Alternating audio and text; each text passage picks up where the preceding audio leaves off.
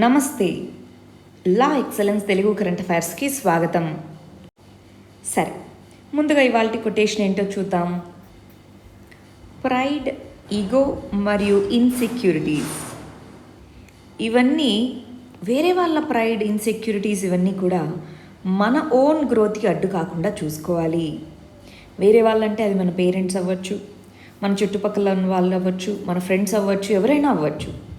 వాళ్ళ pride, ego, ఇన్సెక్యూరిటీస్కి మన యొక్క గ్రోత్ ఆగిపోకూడదు. ఇన్ఫ్యాక్ట్ మన యొక్క ఈగో, ఇన్సెక్యూరిటీ, ప్రైడ్ ఉండాలి, ఈగోనూ ఉండాలి, ఇన్సెక్యూరిటీస్ ఎలాగో ఉంటాయి. ఇవేవి మనం తప్పించుకోపోలేమండి, అన్నీ అందరికీ ఉంటాయి. కానీ దాటిని ఒక లిమిట్లో పెట్టుకోవాలి, లిమిట్ చేసుకొని మనం ముందుకెళ్ళాలి. అవి మనల్ని ఇక్కడే ఆపేలాగా ఉండకూడదు. సార్ ఆలోచించండి. ఫర్ ఎగ్జాంపుల్, ఒక క్వశ్చన్ రాయాలి, ఆన్సర్ రాయాలి. క్వశ్చన్కి సరిగా రాయలేనేమో, వీళ్ళందరూ ఏమనుకుంటారో అన్న ఇన్సెక్యూరిటీ ఉందనుకోండి, మన గ్రోత్ మనం ముందుకెళ్ళగలమా? ఏదో ఒకటి రాస్తాను, మొదలు పెడతాను, తర్వాత చూద్దాం, నేర్చుకుంటాను, రాకపోతే అది ఉంటుంది చూసారా, అక్కడ మన గ్రోత్ మొదలవుతుంది. సరే, ఇక్కడ మీకు ఒక చిన్న విషయం చెప్పాలండి. నేను ఒక 1 వీక్గా సరిగా కమెంట్స్ అవి చదవలేదు. సో లాస్ట్ 1 వీక్ నుంచి సరిగా కమెంట్స్ అవి చదవలేదు. ఒక స్టూడెంట్ కమెంట్ మాత్రం చదివాను, అంటే ర్యాండమ్గా చదువుతూ వచ్చాను. ఒక స్టూడెంట్ కమెంట్ చదివానండి. సో అమ్మాయి తన లైఫ్లో ట్రాజడీ గురించి చెప్తూ వచ్చారు. సో స్టూడెంట్, నేను క్లియర్గా చదవలేదు, చదివేలోపు నెట్వర్క్ ప్రాబ్లం వచ్చింది, అది పోయింది. తర్వాత వెతికాను, కనిపించలేదు. సో ఇవాళ కానీ రేపు కానీ మొత్తం కమెంట్స్ అన్నీ చదవాలి, లాస్ట్ వీక్ సంబంధించినవి. సో అప్పుడు రిప్లై ఇస్తానండి, రైట్? బట్ నేను చెప్పేది ఏంటంటే, మీరు ఎటువంటి సిచ్యువేషన్లో ఉన్నా సరే ధైర్యంగా ఉండండి, రైట్? సో ఇప్పుడు మీకు ఇక్కడ వినిపిస్తూ ఉంటే, ఇక్కడ మీకు కనుక సౌండ్ వినిపిస్తూ ఉంటే పక్కన ఏడుపులు వినిపిస్తున్నాయి, రైట్? చనిపోయి ఉన్నారు ఎవరో, పక్కనంతా ఏడుపులు వినిపిస్తున్నాయి అన్నమాట. సో అందరి లైఫ్లో అన్నీ జరుగుతూ ఉంటాయి, అన్నీ జరుగుతూ ఉన్నాయి కూడా. బట్ మనమే ధైర్యంగా ముందుకెళ్ళాలి, అంతే కదా, ఇంకొక ఆప్షన్ ఉంటుందా? సో బీ స్ట్రాంగ్గా ఉండండి. సో నేను మీ కమెంట్ పూర్తిగా కూడా చదవలేదు, చదివేలోపే నాకు ఊరికి వెళ్ళున్నాను, కొంచెం అంతా డిస్టర్బెన్స్గా ఉన్నది, సిగ్నల్ అవి లేక. బట్ ఏదేమైనా అండి, అందరికి కూడా స్ట్రాంగ్గా ఉండండి, అన్నీ మంచిగానే అవుతాయి.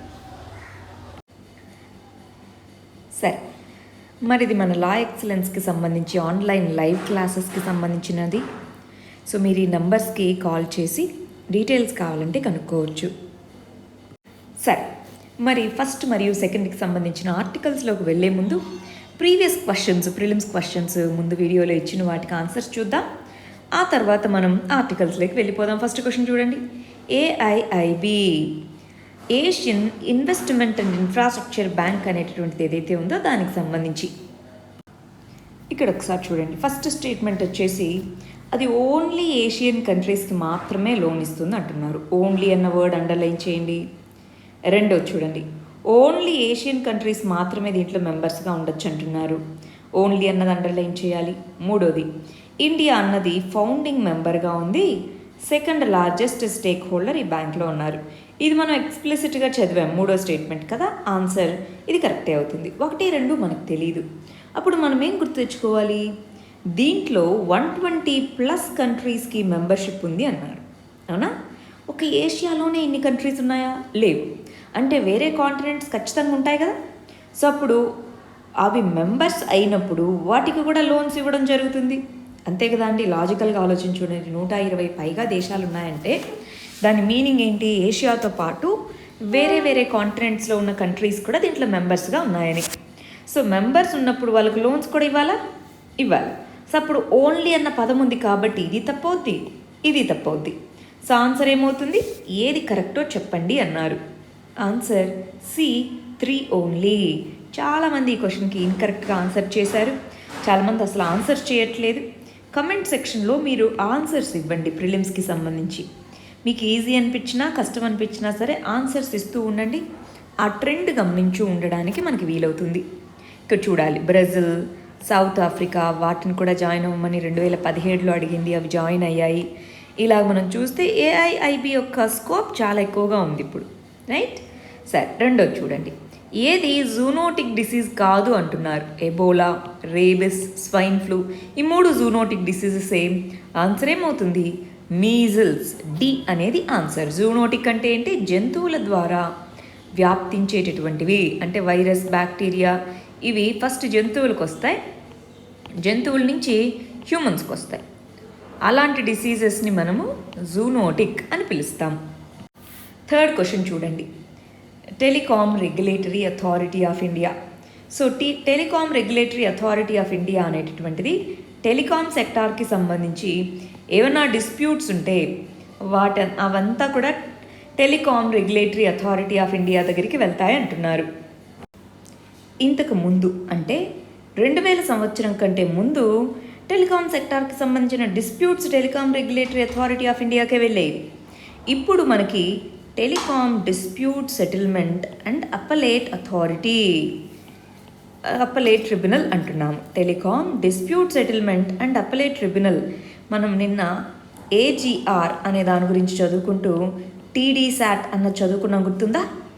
సో ఇంతకుముందు టీఆర్ఏఐ అనేదే నోడల్ ఏజెన్సీ డిస్ప్యూట్స్ వీటన్నిటికీ.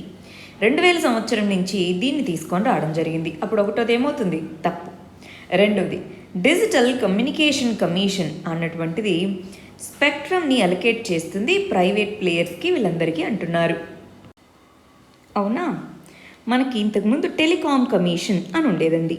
ఈ టెలికాం కమిషన్ అనేటటువంటిదే మనకి సెంట్రల్ డెసిషన్ మేకింగ్ బాడీ అన్నమాట.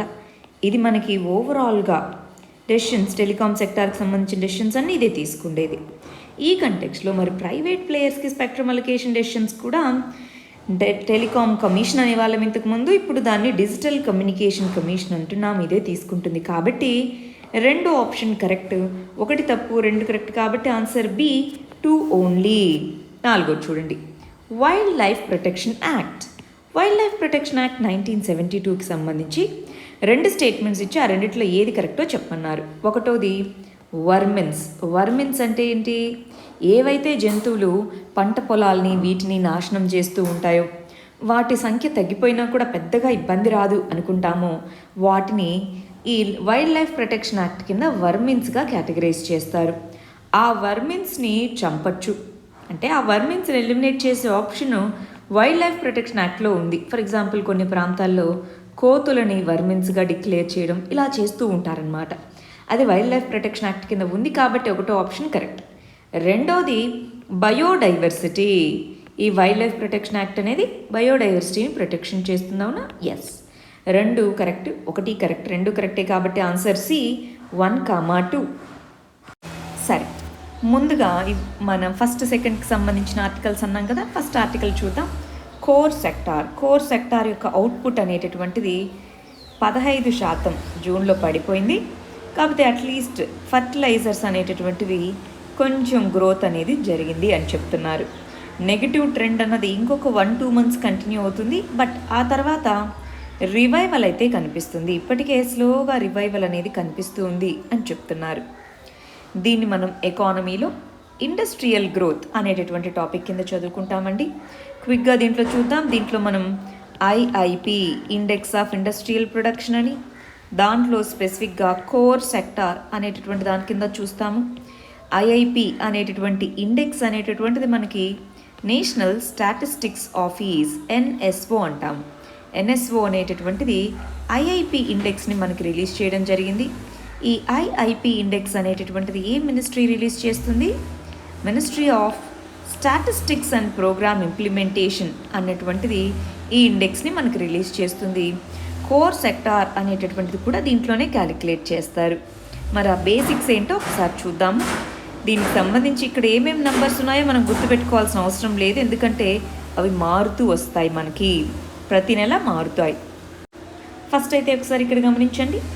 నెగిటివ్ జోన్లో కోర్ సెక్టార్ ఉంది అంటున్నారు. ఇంతకీ ఆ కోర్ సెక్టార్లో ఉండేటటువంటి 8 సెక్టార్స్ ఏంటి?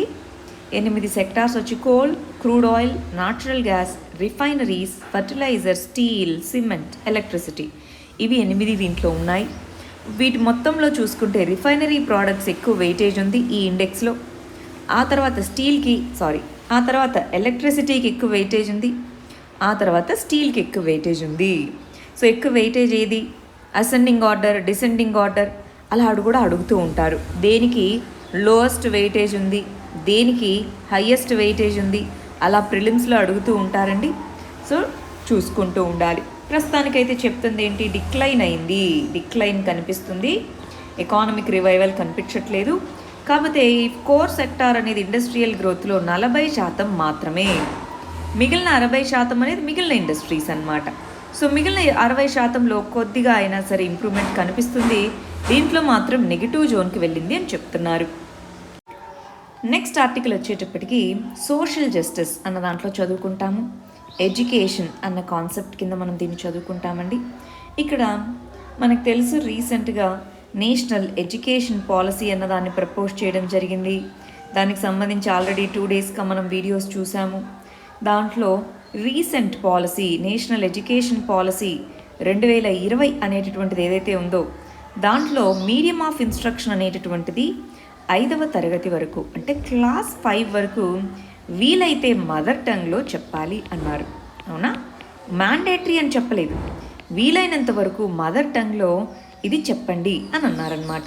మరి ఈ కంటెక్స్లో కేంద్రీయ విశ్వవిద్యాలయాలు వచ్చేటప్పటికి మేము మీడియం ఆఫ్ ఇన్స్ట్రక్షన్ని చేంజ్ చేయకపోవచ్చు, ఎందుకంటే చాలా వరకు గవర్నమెంట్కి సంబంధించినటువంటి గవర్నమెంట్ జాబ్స్, ట్రాన్స్ఫరబుల్ జాబ్స్ చేసే వాళ్ళ పిల్లలు దీంట్లో ఉంటారు కాబట్టి ఎక్కడెక్కడి నుంచో వస్తారు. సో ఒకే క్లాస్లో 10 రకాల లాంగ్వేజెస్కి సంబంధించిన పిల్లలు ఉండొచ్చు. సో అందరికీ మదర్ టంగ్లో చెప్పలేం కాబట్టి మేము మదర్ టంగ్ పాలసీని పాటించలేకపోవచ్చు అన్నట్టుగా కేంద్రీయ విశ్వవిద్యాలయాలకు సంబంధించినటువంటి వీళ్ళు చెప్తున్నారన్నమాట. ఇది కూడా మనకి నేషనల్ ఎడ్యుకేషన్ పాలసీకి సంబంధించిన ఆర్టికలే. దీంట్లో NEP నేషనల్ ఎడ్యుకేషన్ పాలసీ 2020కి సంబంధించినటువంటి జిస్ట్ గురించే చెప్పారు. దాంట్లో ఏమేమి ఇచ్చారు అన్నటువంటిది సో మనం లాస్ట్ వీడియోలో చదివాం కదా, అది గుర్తు తెచ్చుకోవాలి. ఇదిగోండి, ఈ వీడియోలో మనం డీటెయిల్డ్గా నేషనల్ ఎడ్యుకేషన్ పాలసీ అంటే ఏంటి ఇవన్నీ చదివాము. సో ఒకసారి క్లియర్గా గుర్తు తెచ్చుకోవాలండి. ఇది ఆర్టికల్ కూడా నేషనల్ ఎడ్యుకేషన్ పాలసీకి సంబంధించిందే. నేషనల్ ఎడ్యుకేషన్ పాలసీకి సంబంధించి అసలు ఈ పాలసీని ఫ్రేమ్ చేయడానికి మేము ఎంతో రిగరస్గా కన్సల్టేషన్ జరిపాము. చాలామందితో కన్సల్ట్ అయిన తర్వాతే ఈ పాలసీని తీసుకొని వచ్చామంటున్నారు. దీనికి సంబంధించి మనకు తెలియాల్సిన విషయం ఏంటి, 2 కమిటీస్ దీనికి సంబంధించి రికమెండేషన్స్ ఇచ్చాయి. ఈ కమిటీస్ యొక్క రికమెండేషన్స్ని బేస్ చేసుకొని ఫైనల్గా మనకి ఈ నేషనల్ ఎడ్యుకేషన్ పాలసీ ప్రస్తుతానికి మనం మాట్లాడుతున్నటువంటి నేషనల్ ఎడ్యుకేషన్ పాలసీ 2020 ఏదైతే ఉందో అది 2 కమిటీస్ ఇచ్చినటువంటి రికమెండేషన్స్ యొక్క సారాంశమే అంటున్నారు. ఒకటి వచ్చేటప్పటికి TSR సుబ్రమణియన్ కమిటీ అనేటటువంటిది ఒకటి. సో ఈ కమిటీ ఇచ్చిన రికమెండేషన్స్. రెండోది వచ్చేటప్పటికి మనకి కస్తూరి రంగన్ కమిటీ. ఈ కస్తూరి రంగన్ అనేటటువంటి పర్సన్ మనకి ఇస్రో యొక్క చైర్మన్గా కూడా పనిచేయడం జరిగిందనమాట. So Kasturi Rangan committee, TSR Subramanian committee, ఈ 2 కమిటీస్ యొక్క రికమెండేషన్స్ని బేస్ చేసుకొని నేషనల్ ఎడ్యుకేషన్ పాలసీ 2020ని తీసుకొని రావడం జరిగింది. దాంట్లో రకరకాల ప్రపోజల్స్ చేయడం జరిగింది. వాటిలో 5 పిల్లర్స్ ఉన్నాయి అని చెప్పడం జరిగింది. ఇక్కడ ఒకటి గమనించాలండి, అదేంటి అంటే ఇప్పుడు ఈ నేషనల్ ఎడ్యుకేషన్ పాలసీ అని చెప్పారా, అది ఇంప్లిమెంటేషన్ ఎప్పటి నుంచి జరుగుతుంది? ఇప్పుడు రీసెంట్గా క్యాబినెట్ ఈ నేషనల్ ఎడ్యుకేషన్ పాలసీకి ఆమోదాన్ని తెలిపిందండి. దీని ఇంప్లిమెంటేషన్ ఎప్పటి నుంచి జరుగుతుంది, ఎప్పుడు, ఏంటది అంటే దీని యొక్క ఇంప్లిమెంటేషన్ వచ్చేటప్పటికి గవర్నమెంట్ మళ్ళీ దానికి సంబంధించి సపరేట్గా నోటిఫికేషన్ జారీ చేయాల్సి ఉంటుందన్నమాట. ఆటోమేటిక్గా అన్నీ జరిగిపో, ఒక్కొక్కటిగా జరగాలి. ఇప్పుడు ఇంకొకటి అండి, ఇది ఆటోమేటిక్గా జరిగిపోయే స్కోప్ కూడా లేదు.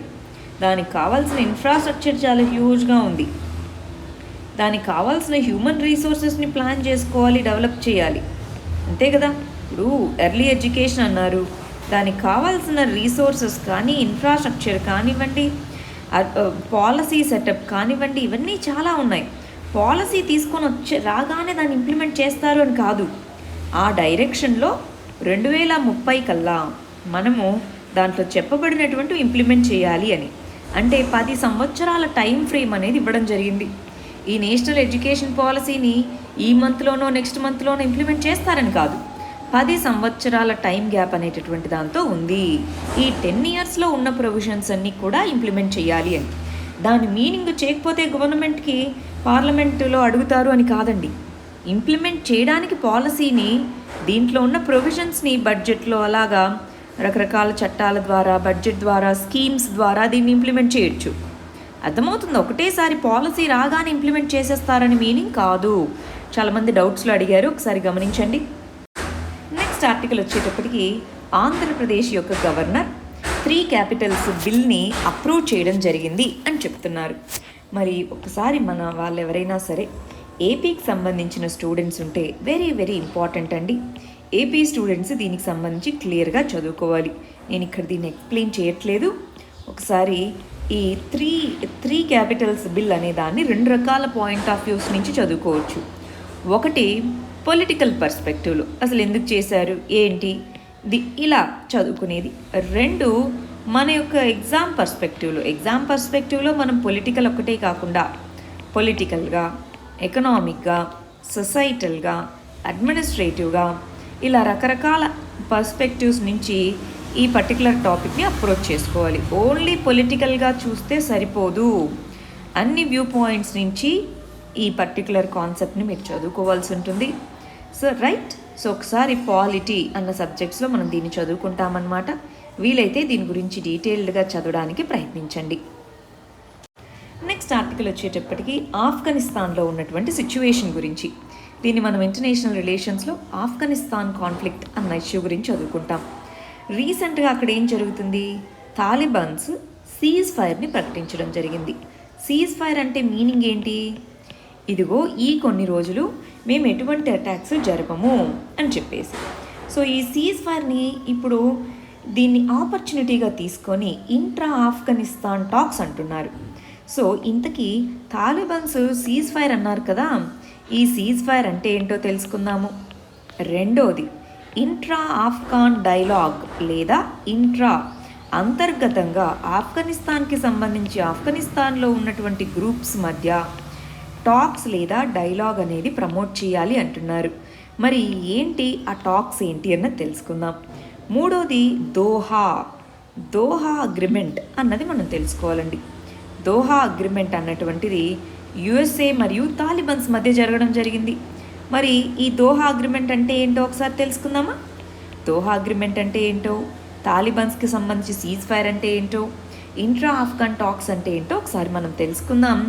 దీన్ని అటు ప్రిలిమ్స్ పాయింట్ ఆఫ్ వ్యూలోను ఇటు మెయిన్స్ పాయింట్ ఆఫ్ వ్యూలోను చదువుకుంటాం. దీనికి సంబంధించినటువంటి బ్యాక్గ్రౌండ్ ఒకసారి చూద్దాం. 1838-42 ఆ ప్రాంతంలో బ్రిటిష్, అప్పట్లో ఇండియాలో ఉన్నారు, బ్రిటిషర్స్ ఆఫ్ఘనిస్తాన్ని ఇన్వేడ్ చేయడం జరిగింది. దాన్నే ఇండో ఆఫ్ఘాన్ వార్స్ అని పిలుస్తాం. సో ఇండో ఆఫ్ఘాన్ వార్స్ అనేటటువంటివి జరిగాయి. ఆ వార్స్ తర్వాత ఆఫ్ఘనిస్తాన్లో పవర్ సెంటర్ బ్రిటిష్ వాళ్ళు అయ్యారు. 1919లోనే, అంటే మనకి స్వాతంత్రం రాకముందే బ్రిటిష్ రూల్ నుంచి ఆఫ్ఘనిస్తాన్కి ఇండిపెండెన్స్ వచ్చింది. ఈ 1919 నుంచి చాలా సంవత్సరాల వరకు ఫ్యూడల్ లార్డ్స్ అంటే ఎవరు? అక్కడ ల్యాండ్ లార్డ్స్, ఎవరైతే పవర్ హోల్డర్స్ ఉంటారో వాళ్ళు అక్కడ అధికారాన్ని చేజిక్కించుకున్నారు. ఆ తర్వాత 1979 ఈ మధ్యలో 1975 ఆ ప్రాంతంలో కమ్యూనిస్ట్ గవర్నమెంట్ అనేటటువంటి అధికారంలోకి వస్తుంది.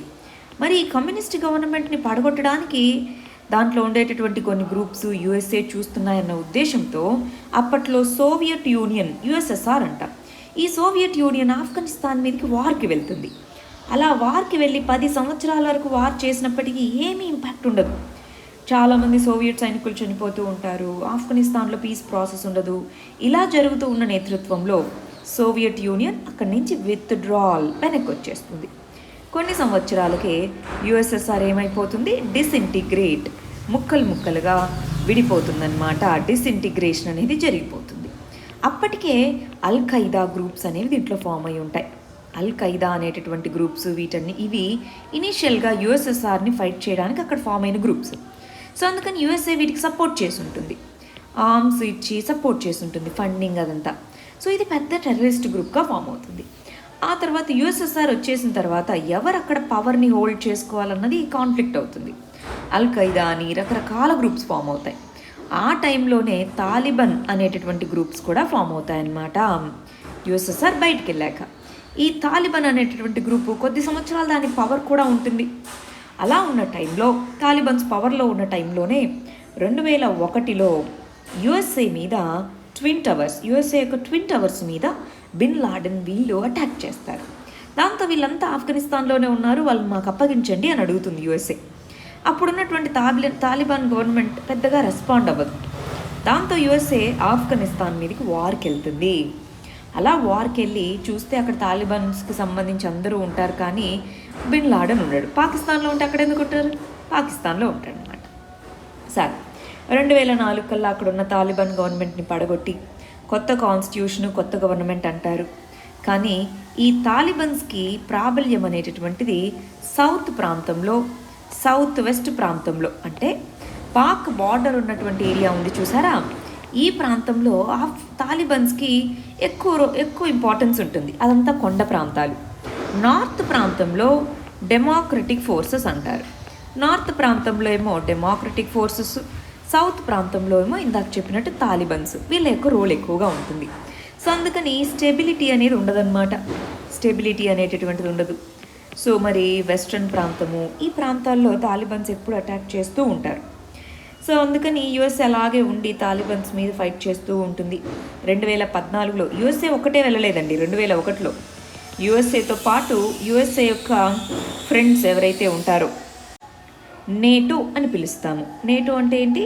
North Atlantic Treaty Organisation. ఇదొక మిలిటరీ బ్లాక్ అన్నమాట.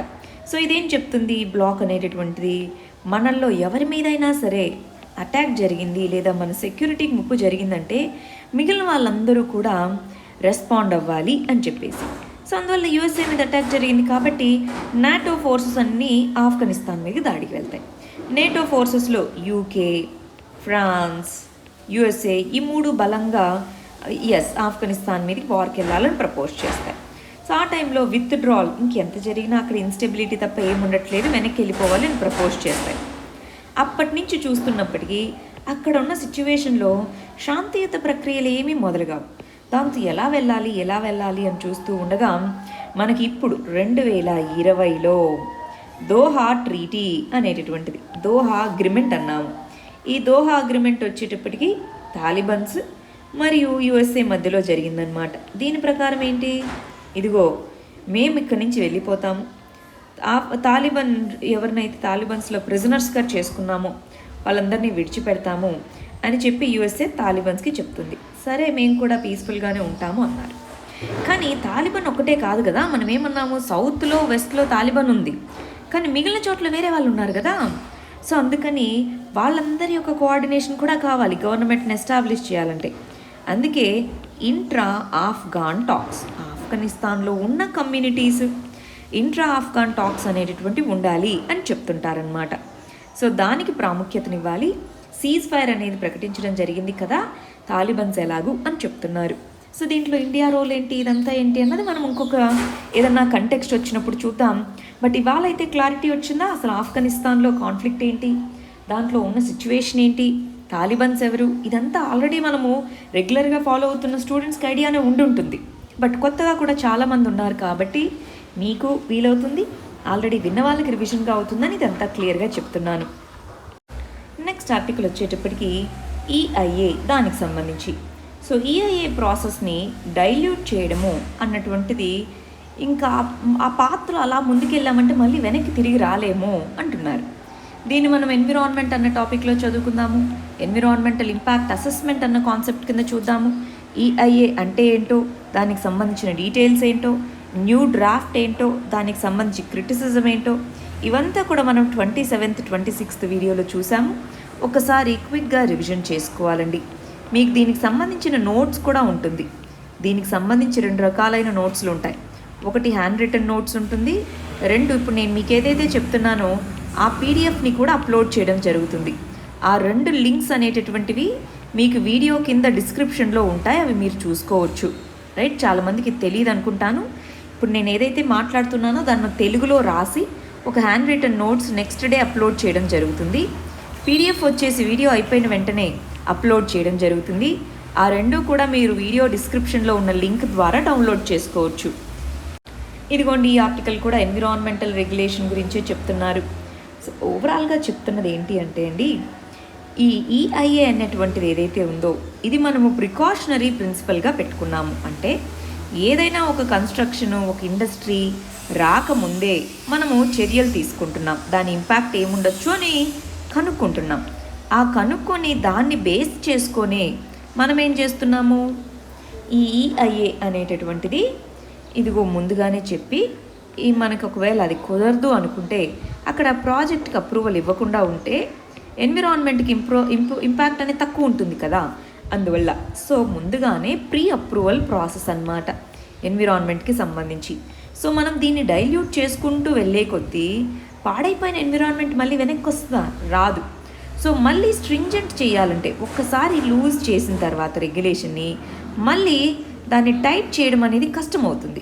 సో ఇప్పటి నుంచే ఇంటర్నేషనల్ నార్మ్స్కి అనుగుణంగా మనం ఇందాక చూసామే.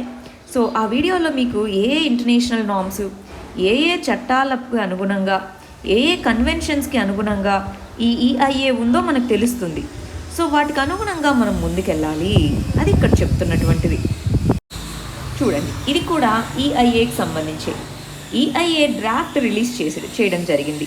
Ministry of environment, forest and climate change అనేటటువంటిది ఈఐఏకి సంబంధించి. ఈఐఏ ఎన్విరాన్మెంట్ ఇంపాక్ట్ అసెస్మెంట్, పర్యావరణానికి సంబంధించి ప్రభావాలని అసెస్ చేసేటటువంటిది అని. సో దానికి సంబంధించి డ్రాఫ్ట్ ఏదైతే ఉంటుందో ఆ పర్టికులర్ ఫైల్ అనేటటువంటిది మామూలుగా గవర్నమెంట్కి సంబంధించిన అఫీషియల్ నోటిఫికేషన్ ఏదైనా వస్తే మనకి 8th షెడ్యూల్, 8వ షెడ్యూల్లో 22 లాంగ్వేజెస్ ఉన్నాయండి. 22 లాంగ్వేజెస్.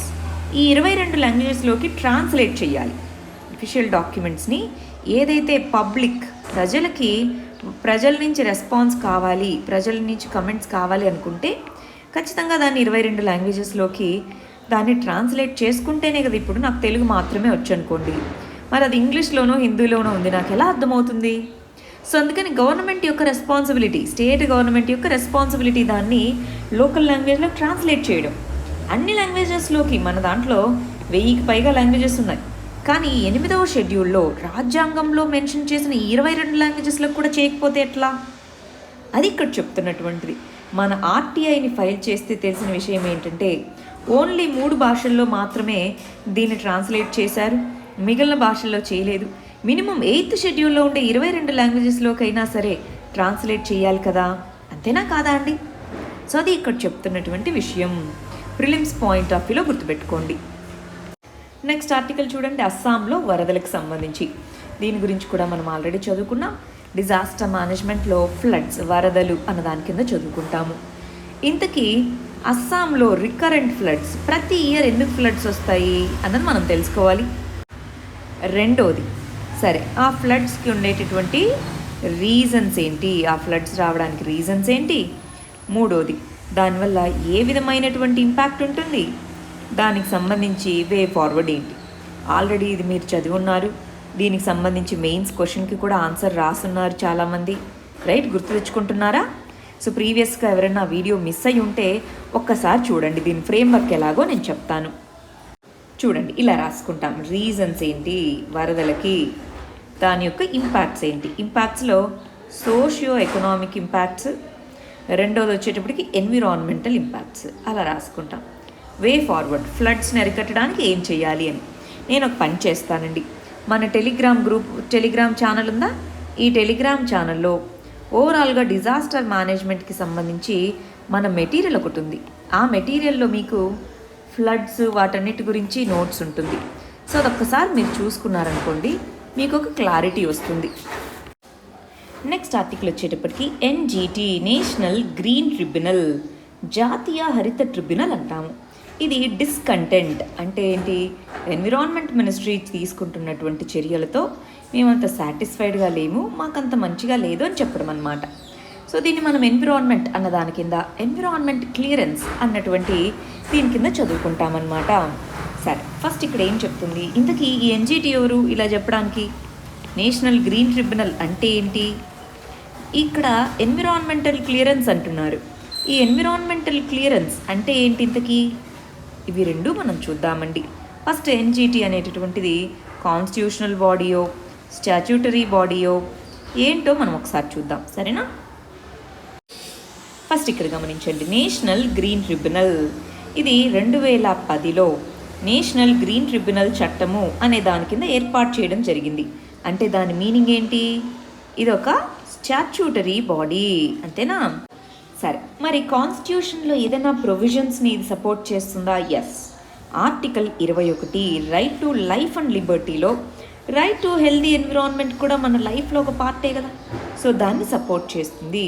ఇదేం చేస్తూ ఉంటుంది? ఎన్విరాన్మెంటల్ ప్రొటెక్షన్, కన్జర్వేషన్, వీటికి సంబంధించినటువంటి ఏవైనా కేసెస్ కానీ ఇవన్నీ ఉన్నాయనుకోండి, ఫాస్ట్గా, ఎఫెక్టివ్గా, ప్లస్ స్పెషలైజ్డ్ నాలెడ్జ్ ఉంటుంది.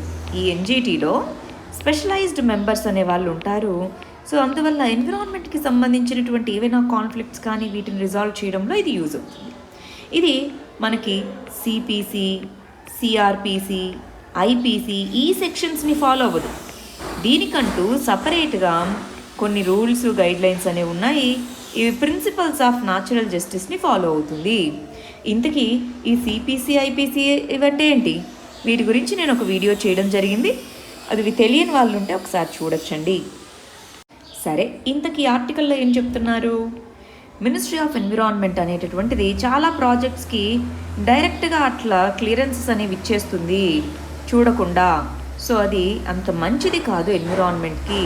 క్లియరెన్స్ ప్రాసెస్ అనేటటువంటిది అకౌంటబుల్గా ఉండాలి, ఎఫెక్టివ్గా ఉండాలి అని చెప్తున్నారు. Accountable plus effective clearance process అనేది ఉండాలి. ఇష్టం వచ్చిన విధంగా క్లియరెన్సెస్ అనేవి ఇవ్వకూడదు అని చెప్తున్నారు. నెక్స్ట్ ఆర్టికల్ గమనించాలి. మనకి డేటా, ఐఎండి డేటా ప్రకారం మనం చూసుకుంటే రెయిన్ఫాల్ అనేటటువంటిది నెక్స్ట్ వచ్చే 2 నెలల్లో వచ్చే రెయిన్ఫాల్ అనేటటువంటి సర్ప్లస్, అంటే రావాల్సిన దానికంటే ఎక్కువ రెయిన్ఫాల్ అనేటటువంటిది నెక్స్ట్ 2 మంత్స్లో మనం రిసీవ్ చేసుకోబోతున్నాము అన్నట్టుగా ఎవరు చెప్తున్నారు? ఐఎండి, ఇండియన్ మెటీరియలాజికల్ డిపార్ట్మెంట్ అనేది చెప్తుంది. ఇక్కడ ఒక కాన్సెప్ట్ మనం తెలుసుకోవాలండి. దాని పేరే లాంగ్ పీరియడ్ యావరేజ్ అని అంటాము.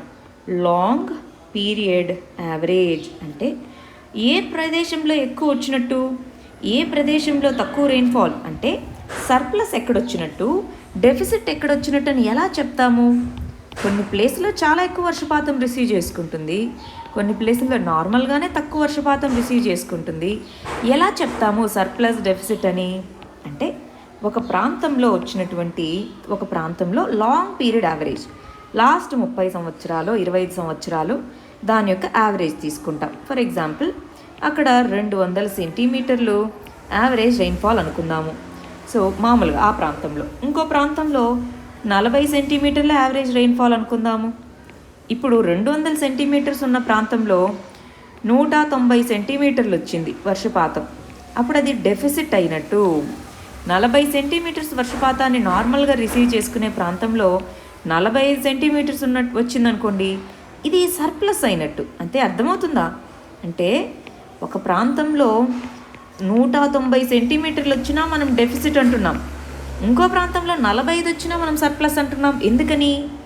మన కంపారిజన్ వచ్చేటప్పటికి ఆ ఏరియాలో ఉండేటటువంటి లాంగ్ పీరియడ్ యావరేజ్కి సంబంధించి కాబట్టి ఈ కాన్సెప్ట్ మీకు అర్థం అవ్వాలండి. అర్థమైందా? డిస్ట్రిక్ట్ వైజ్గా తీసుకొని మనం చూస్తాం. సో ఐఎండి వచ్చేసి ఏం చెప్తుంది? లాంగ్ పీరియడ్ యావరేజ్తో పోలిస్తే 104% హై రెయిన్ఫాల్ రిసీవ్ చేసుకునే అవకాశం ఉంది ఆగస్ట్ అండ్ సెప్టెంబర్లో. మనకి ఈ టైంలో సౌత్ వెస్ట్ మాన్సూన్స్ వల్ల వర్షపాతం వస్తుందండి, అంతేనా?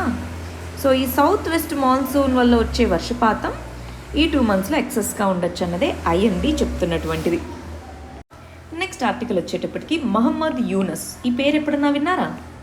చాలా చాలా ఇంపార్టెంట్ నోబెల్ లారెట్ అన్నమాట. సో ఈయన గ్రామీణ బ్యాంక్, బంగ్లాదేశ్కి సంబంధించినటువంటి ఎకనమిస్ట్. గ్రామీణ బ్యాంక్ని సెటప్ చేయడం జరిగింది. మనకిప్పుడు self help groups, micro finance అంటుంటామే. సో అదంతా కూడా బంగ్లాదేశ్లో గ్రామీణ బ్యాంక్ ద్వారానే స్ప్రెడ్ అయింది మిగిలిన దేశాలకి. సో మహమ్మద్ యూనస్ ఈయన చెప్పిన దాని ప్రకారం ఏంటి అంటే, ఇప్పుడు ఈ కరోనా వైరస్ టైం అనేది ఒక ఆపర్చునిటీగా తీసుకొని మన సొసైటీస్లో గ్లోబల్ వార్మింగ్ని తగ్గించుకోవాలి. వెల్త్ కాన్సన్ట్రేషన్ అంటే కొద్దిమంది చేతిలోనే మొత్తం వెల్త్ అంతా ఉండడం, దాన్ని తగ్గించుకోవాలి, అన్ఎంప్లాయ్మెంట్ తగ్గించుకోవాలి. అలాంటి పాలసీస్ని మనం తీసుకోవాలి. ఎలాగా అన్నది క్వశ్చన్. బట్ అలాంటి పాలసీస్ని అయితే మనం ఆలోచించాలి. దానికి పొలిటికల్ విల్ కావాలి. గవర్నమెంట్ అనేటటువంటిది అంత బోల్డ్ డెసిషన్స్ తీసుకోగలగాలి అని చెప్తున్నారు. మీరైతే ఒక్కసారి అసలు ఈ గ్రామీణ బ్యాంక్ ఎక్స్పెరిమెంట్ అంటారు, మీకు ఎన్సీఆర్టీస్లో కూడా ఉందండి ఇది. సో అసలు ఈ గ్రామీణ బ్యాంక్ అంటే ఏంటి, ఈ మొహమ్మద్ యూనస్ అనేటటువంటి పర్సన్ ఎవరు, ఆయనకి నోబెల్ బహుమతి ఎందుకోసం లభించడం జరిగింది, ఇవన్నీ ఒకసారి చదువుతారా? Very very important.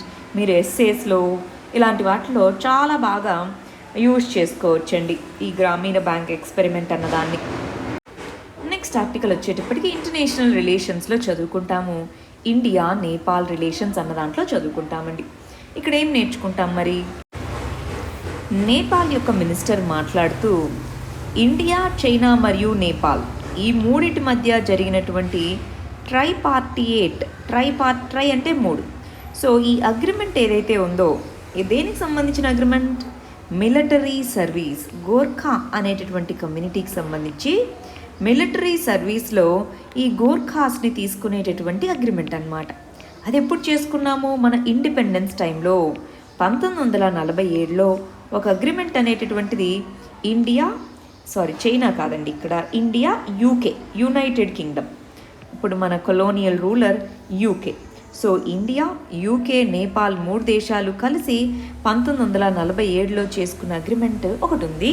అది రిడెండెంట్గా అయింది. సో దాన్ని మార్చాలి. రెండోది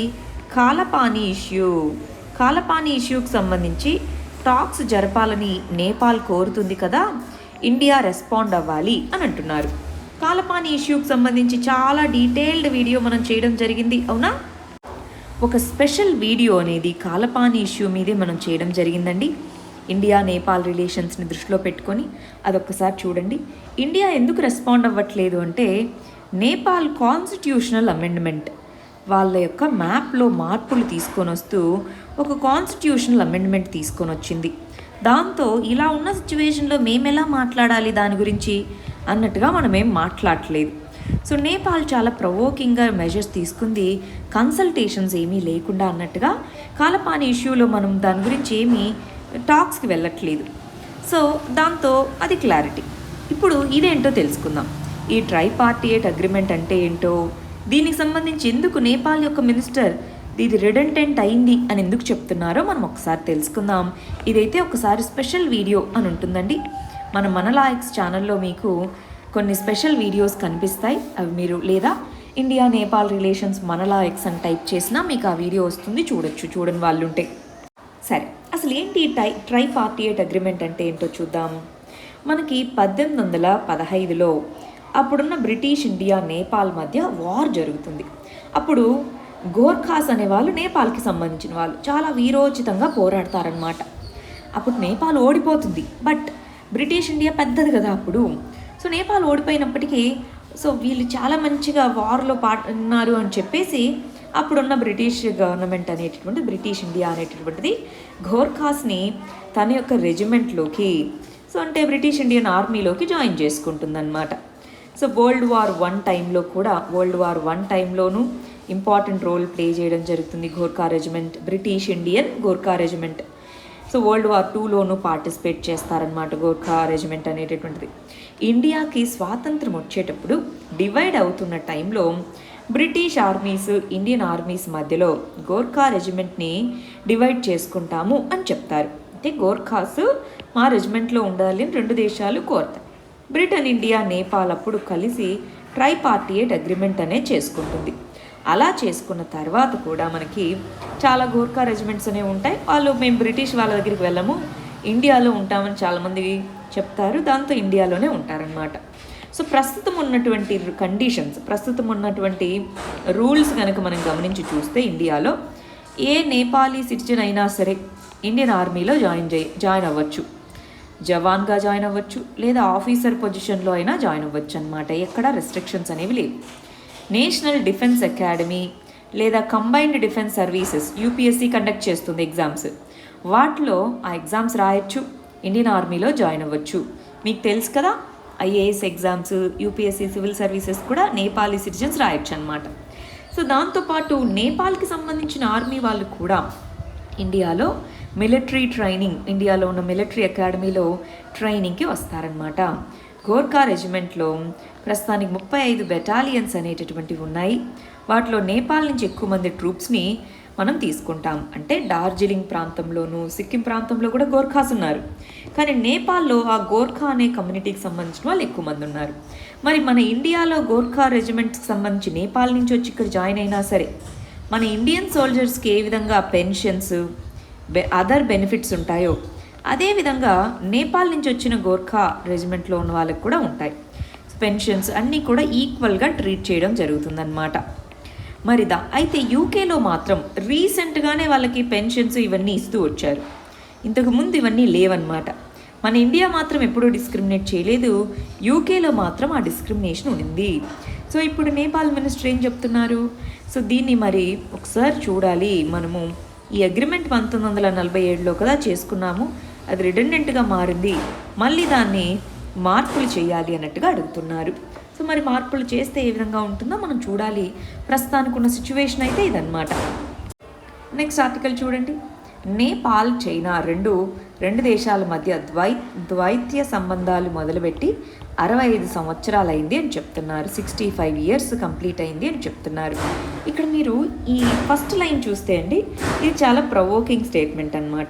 చైనా, నేపాల్ ఈక్వల్స్గా మేము ట్రీట్ చేశాము అని. అంటే దాని మీనింగ్ ఏంటి అంటే, ఇండియాకున్న క్రిటిసిజం ఏంటి? నేపాల్లో ఇండియా అనేది బిగ్ బ్రదర్ లాగా ప్రవర్తిస్తూ ఉంటుంది.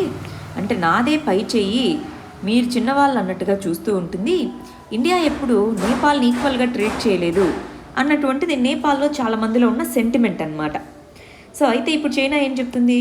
మేము ఎప్పుడు నేపాల్ని అస్సలు చిన్నగా చూడలేదు, మేము నేపాల్ని ఎప్పుడు ఈక్వల్గానే ట్రీట్ చేశాము అని చెప్తుంది. అంటే దాని మీనింగ్ ఏంటి? ఇండైరెక్ట్గా మేము ఇండియా లాగా కాదు అని చెప్పినట్టు అనమాట.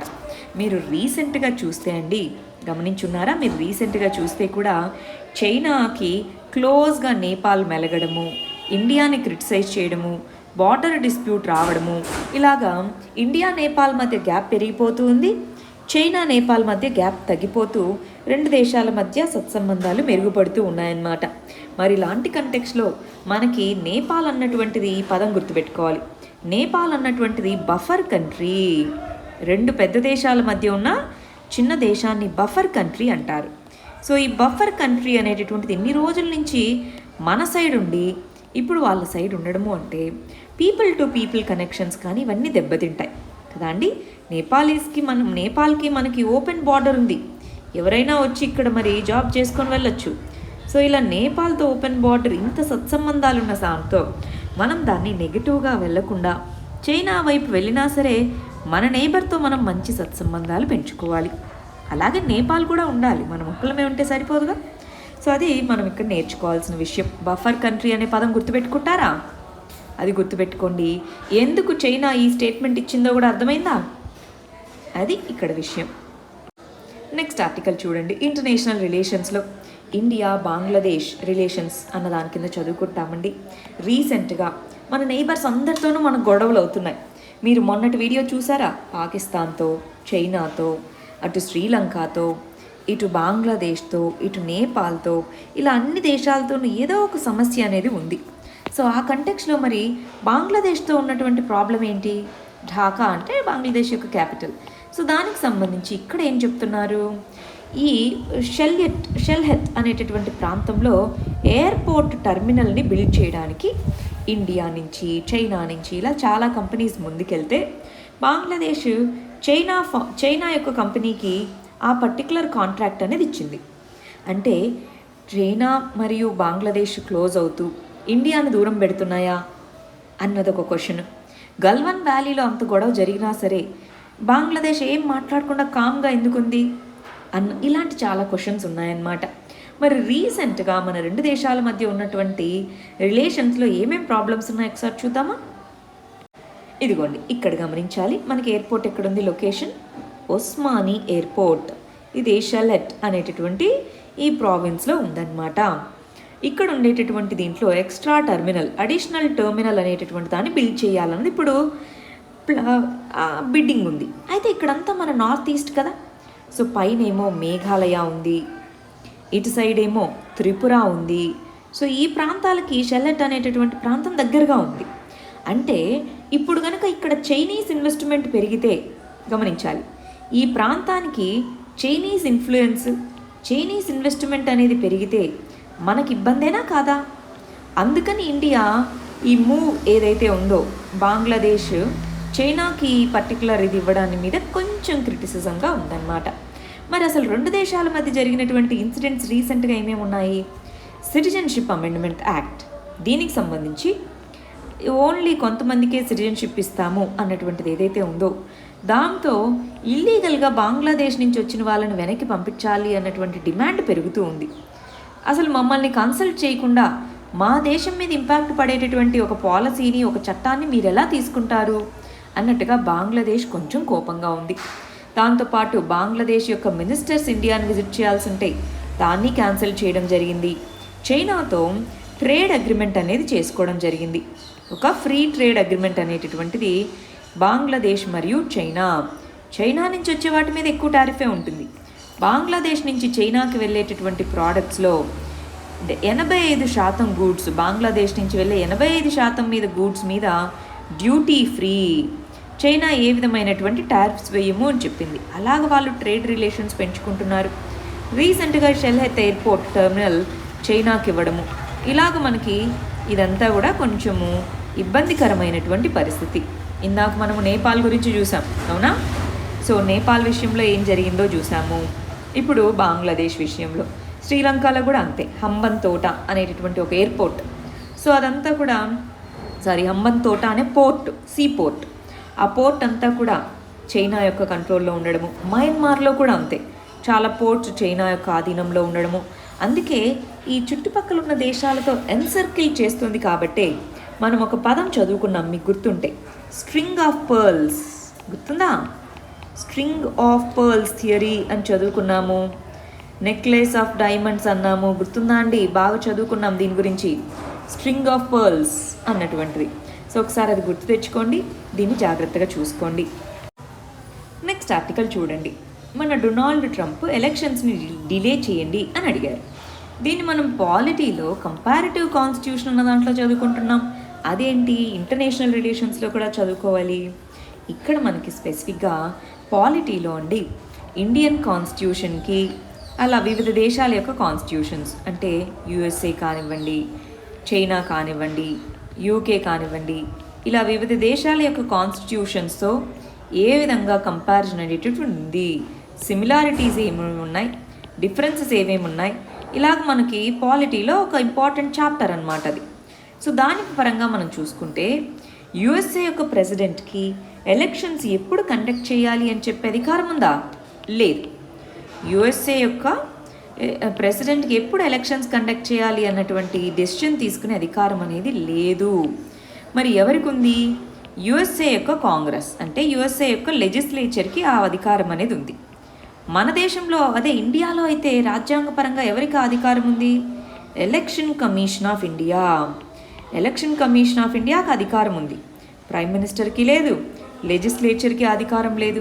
ఎలక్షన్ కమిషన్ ఆఫ్ ఇండియా ఇది కాన్స్టిట్యూషనల్ బాడీ, అది డిసైడ్ చేస్తుంది. అదే యుఎస్ఏలో యుఎస్ఏ యొక్క కాంగ్రెస్ అంటే లెజిస్లేచర్కి ఆ పవర్ అనేటటువంటిది ఉంది. ఇలాగ మనము కంపారిటివ్ కాన్స్టిట్యూషన్ గురించి నేర్చుకోవాలండి. ఇక్కడ మనం ఇంకొక విషయం తెలుసుకోవాలి. మన ప్రెసిడెంట్ ఆఫ్ ఇండియాకి ఎలక్షన్స్ జరగాలంటే దానికి ఎలక్టోరల్ కాలేజ్ అంటే ఎవరు ఎన్నుకుంటారు అనేటటువంటిది మనం ఒకటి చదువుకుంటాం. సో అలాగే యుఎస్ఏ యొక్క ప్రెసిడెంట్ ఎన్నుకోవడంలో కూడా ఎలక్టోరల్ కాలేజ్ ఉంటుంది. ఇది మనము యుఎస్ఏలో ఎలక్షన్ ప్రాసెస్ కంప్లీట్గా మొదలై ఎలక్షన్స్ దగ్గరలో ఉన్నాయన్నప్పుడు ఒకసారి చదువుకుందామండి. దీన్ని కంపారిజన్లో కూడా చదువుకోవాలి, అప్పుడు చదువుకుందాం.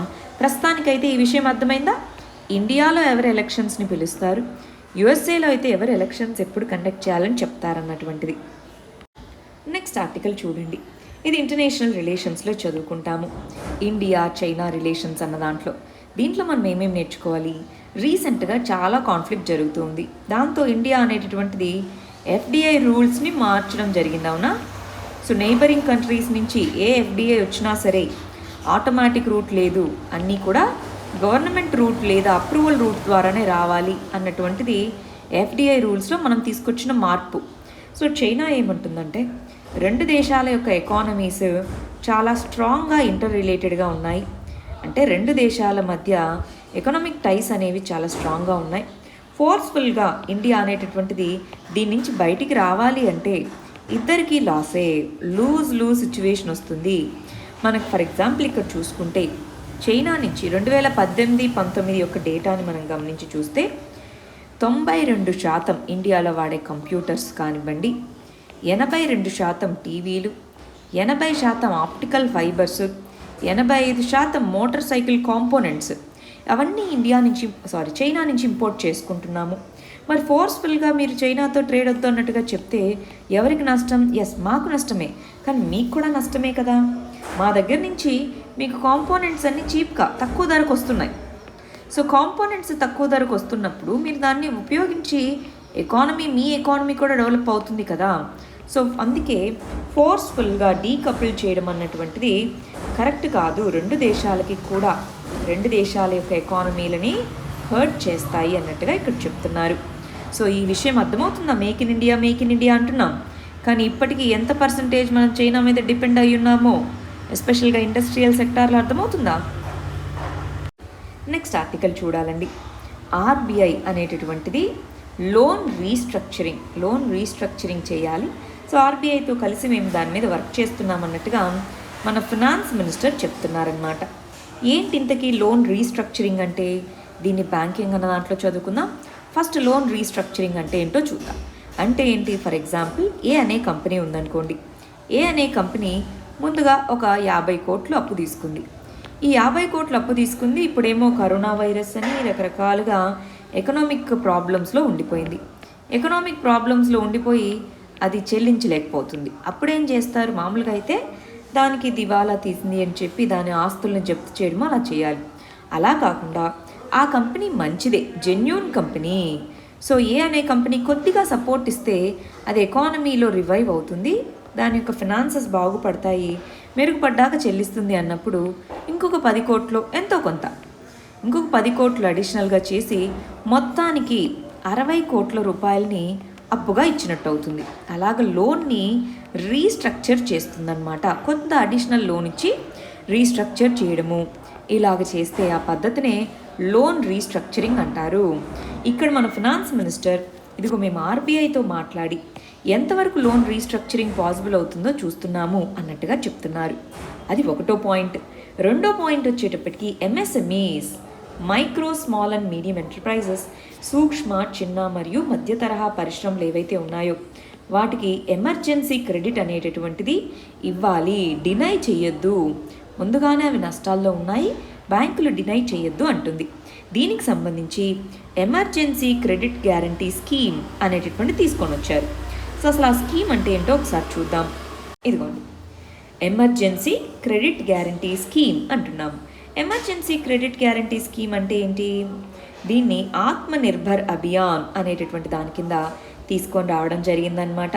దీంట్లో 41,000 కోట్ల రూపాయల ఫండ్ అనేటటువంటిది ఉంటుంది. దీని కింద ఏం చేస్తారు? ఎంఎస్ఎంఈస్ ఏ లోన్ తీసుకున్నా సరే బ్యాంక్ అనేటటువంటిది గ్యారంటీగా ఉంటుంది. ఇదిగో 3 లక్షల కోట్లు ఇంతకుముందు దీనికి క్రెడిట్ గ్యారంటీ ఫండ్గా ఇచ్చారు. దానికి అడిషనల్గా ఇంకొంత ఫండ్ని ఎమర్జెన్సీ క్రెడిట్ గ్యారంటీ ఫండ్గా చెప్పడం జరిగింది అని చెప్తున్నారనమాట. సో దీని కింద ఏం చేయొచ్చు అని, ఎవరైతే ఎంఎస్ఎంఈస్ ఇవి ఉంటాయో వాటి నుంచి వాటికి లోన్స్ ఇవ్వాలి అన్నట్టుగా ఈ క్రెడిట్ గ్యారంటీ స్కీమ్ని తీసుకొని రావడం జరిగింది సెంట్రల్ గవర్నమెంట్ అనేటటువంటిది. నెక్స్ట్ ఆర్టికల్ ఏంటో చూడాలి. సైన్స్ అండ్ టెక్నాలజీలో COVID-19 మరియు దాని రిలేటెడ్ ట్రయల్స్ అన్న దాని కింద చదువుకుంటాము. మనకి DRDO, defence research and development organisation, మన ఇండియా యొక్క డిఆర్డిఓ యొక్క మెడికల్ ల్యాబ్స్, ఇజ్రాయెల్కి సంబంధించినటువంటి డిఫెన్స్ ఇన్స్టిట్యూషన్. సో ఇవి రెండూ కలిసి మనకి COVID-19 టెస్టింగ్కి చాలా చీప్గా, తక్కువ కాస్ట్కి, చాలా ఫాస్ట్గా, అంటే ఒక నిమిషం లోపలే 30 సెకండ్స్ లోపల రిజల్ట్స్ వచ్చేలాంటి ఒక టెస్టింగ్ మెథడ్ని డెవలప్ చేస్తున్నాయి. దానికి టెస్ట్ చేయాలి కదా, మరి ఏదైనా ఒక మెథడ్ని అప్రూవ్ చేయాలి అంటే ఖచ్చితంగా టెస్ట్ చేయాలి. ఆ టెస్ట్ చేసేందుకు గాను మనకి ఈ 2 దేశాల్లో ఉన్న ఈ 2 ఆర్గనైజేషన్స్ కోఆపరేట్ చేసుకుంటున్నాయని చెప్తున్నారు. మామూలుగా అయితే ఇలాంటి టెస్ట్ కానీ క్లినికల్ రీసెర్చ్ ఏదైనా చెప్పాలి అంటే బయోమెడికల్ ఏరియాలో రీసెర్చ్కి సంబంధించి ఫారిన్ ఎయిడెడ్ రీసెర్చ్ వీటన్నిటికీ సంబంధించి అపెక్స్ బాడీ వచ్చేటప్పటికి ఐసీఎంఆర్ అన్నమాట, Indian council of medical research. కానీ ప్రస్తుతానికి ఈ ట్రయల్స్కి మాత్రం డిఆర్డిఓ అన్నటువంటిది కంట్రోల్ చేస్తుంది అన్నట్టుగా చెప్తున్నారు.